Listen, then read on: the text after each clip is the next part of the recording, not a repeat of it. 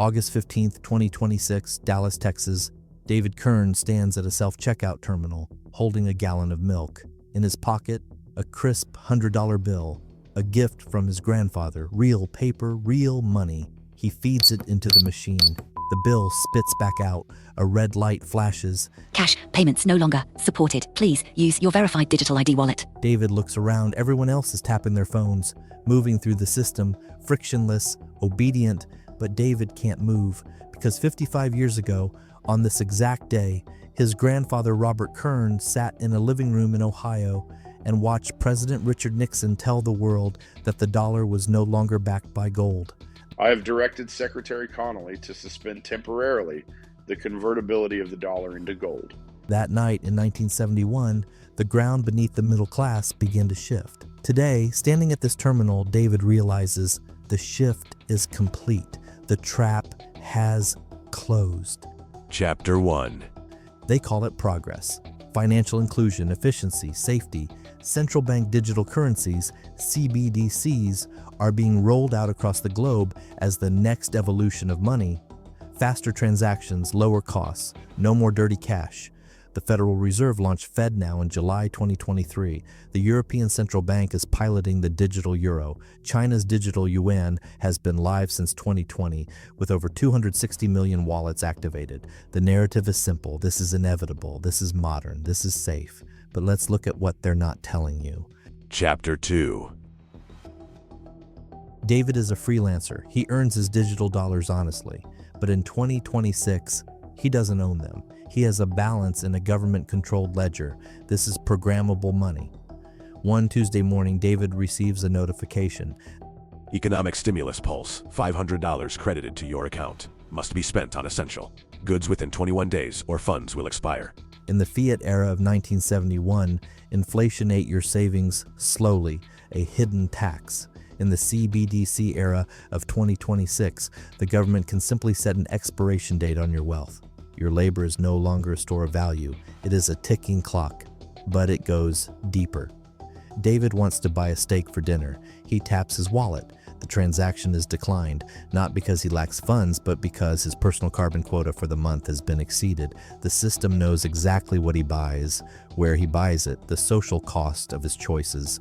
This isn't science fiction. In Shenzhen, China, a man named Li Wei had his digital yuan wallet frozen for 72 hours in 2024. His offense? A WeChat comment criticizing local COVID lockdowns. No trial, no appeal, just a line of code. Chapter 3.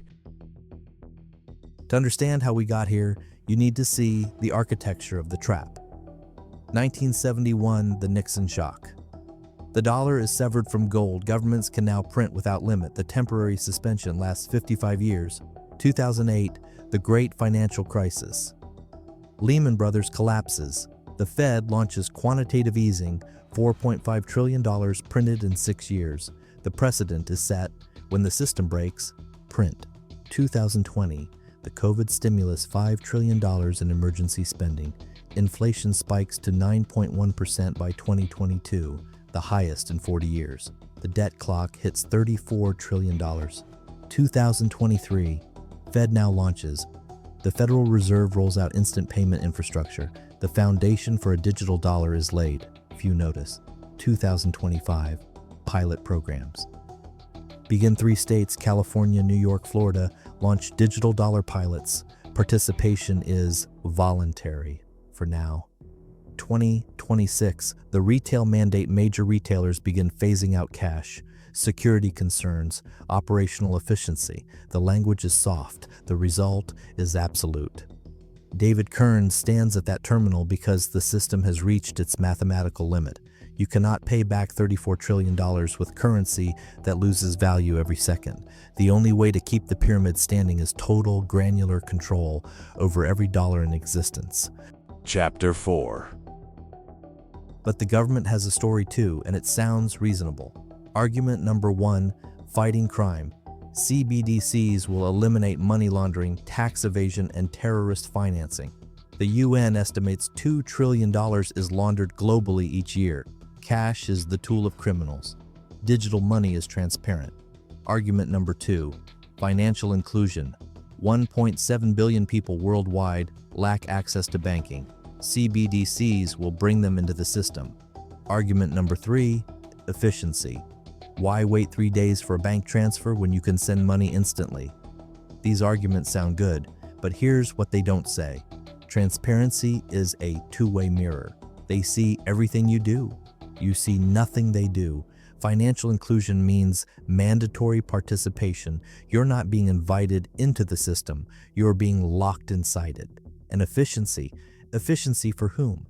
When the Federal Reserve decides the population needs to be 3% poorer to fight overheating, they don't wait for markets to react. They change a line of code. Your balance drops. Instant, efficient, irreversible. Chapter 5.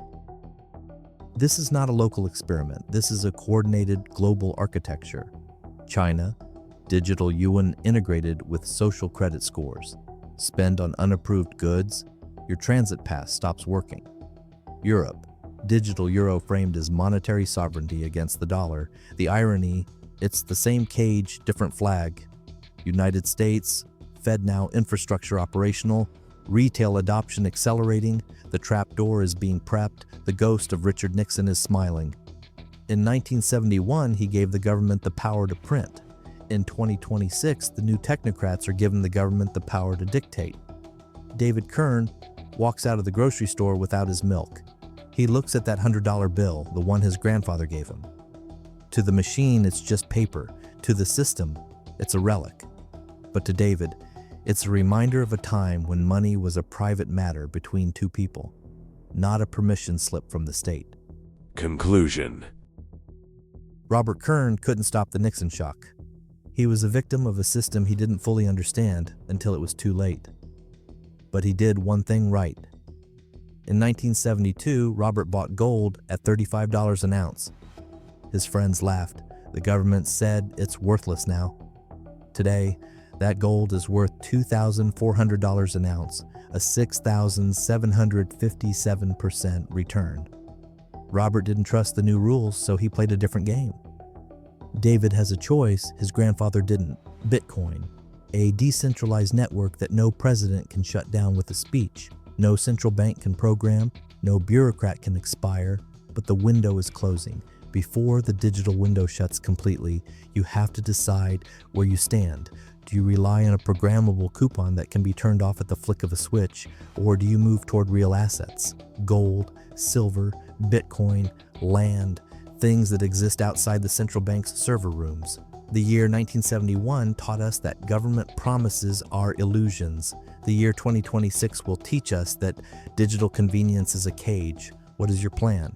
When the red light flashes and your wallet says, no, what will you have left? The rules of money are changing again. Don't be the last one to realize it. Subscribe to Analyst M001 as we continue to track the history they want you to forget and the future they are trying to build, because the only way out of the trap is to see it before it snaps shut.